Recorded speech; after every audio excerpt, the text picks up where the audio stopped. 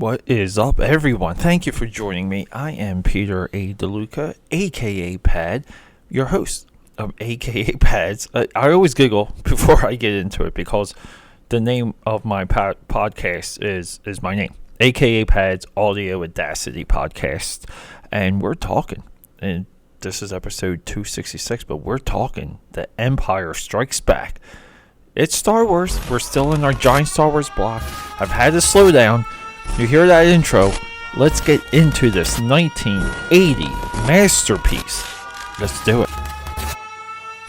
Thank you for joining me. Hey, don't mind me. I'm going to get a little bit of my sippy sip here.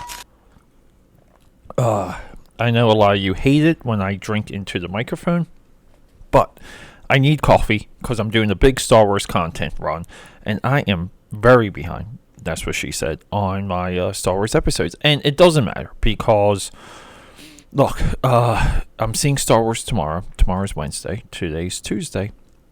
No, I'm seeing it Thursday. I'm sorry.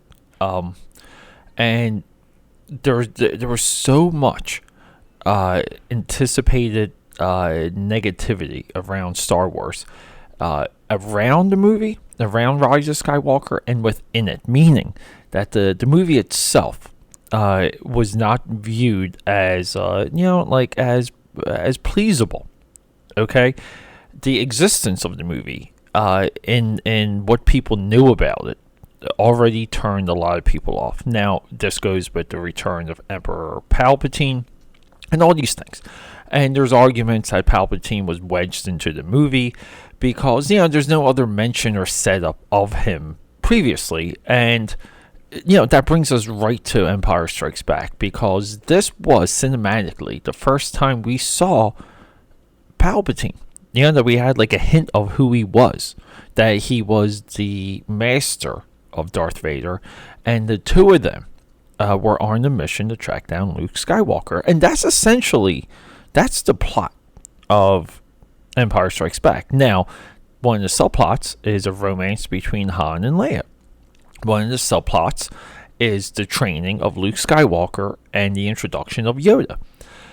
Of all the Star Wars movies, Empire Strikes Back introduces the best run of characters outside of Star Wars New Hope. And I'm talking Boba Fett, Yoda, and Lando Calrissian. Those three characters alone are solely and wholly dependent on the future of the franchise, meaning the movie coming out is heavy on Lando. The biggest thing happening in Star Wars right now, The Mandalorian, is heavy on Boba Fett and Yoda. Okay? There is a reason why Empire Strikes Back is considered the greatest sequel of all time. I'll argue it is. It really is. They knew the movie had to work to get more Star Wars films. So they doubled the budget and they put everything into it, and they doubled their problems. Now, when it comes to conversation about the special editions, okay, everyone loves discussing the special editions. I don't. I think it's passé, and I don't think it's very useful. People are like, but Pete, you come off like a purist, and you don't believe a Watchmen TV show or movie should exist, and you refuse to watch. Okay, yeah, that's true. I refuse to watch the HBO Watchmen. I mostly refuse to acknowledge it exists. Any other effort by Warner DC, okay, I wholeheartedly reject any effort around the Watchmen outside of giving the rights back to Alan Moore. But they're like, but Pete, well, okay, look, it's not apples to apples. It's not a fair comparison. And I'm somewhat arguing with myself here. The point I'm getting at, okay, is some of these special editions help us watch the movies. Because otherwise, we're going to have some dated content. We're going to have some dated special effects. And the continuity and the structure around the Star Wars lore and the Star Wars timeline, we love that. And some stuff needs to be added. Okay, when I was watching this, and I watched Empire for like a month straight leading into this very short very concise discussion about Empire Strikes Back. There's a scene where it's our reveal of the Emperor within the Star Wars franchise, and he's talking to Vader, and he's talking through hologram, and the dialogue was different. Okay, the Emperor was talking different words, and he references the rebel that blew up the Death Star is the son of Skywalker, or could be the son of Skywalker, and then that exchange ends with Vader saying, the memorable, he will join us or die. Okay. That is awesome. Okay. Just the idea that whoever blew up the Death Star was special enough to be on the radar makes perfect sense. Okay.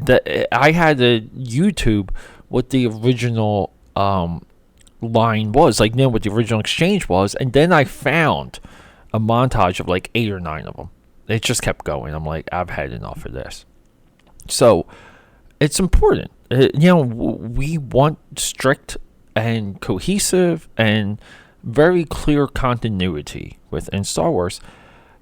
These special editions help us get to that point. Okay, I like the fact that they're constantly refined. I enjoy it. I don't know why. I'm not a stickler for the originals. I like the extended Wampa fight when Luke gets kidnapped by the giant abominable snowman. I love all the extra Cloud City stuff. I love the extra cloud cars. I like the extra shots of Boba Fett. So people might be like, Pete, he falls down the shaft at the end and he screams no, or they changed what he sounds like when he falls. Okay, whatever. It doesn't take away from anything within Empire Strikes Back. And when I was growing up, this was considered the sequel. And it pretty much still is. I mean, the only, Wrath of Khan, Avengers, Infinity War, if you consider Infinity War a sequel to Avengers Age of Ultron, it's really hard. Modern day sequels, Spider-Man 2, Winter Soldier, Devil's Rejects, sequels that just broke the mold of the original, The Dark Knight. But this one is really special. It really is. And when I was a kid, I'm going to leave with this anecdote, or this story. I'm going to tell you a story. When I was growing up, it was all VHS. Empire Strikes Back was amongst Excalibur, the John Borman Excalibur, and the James Cameron Aliens.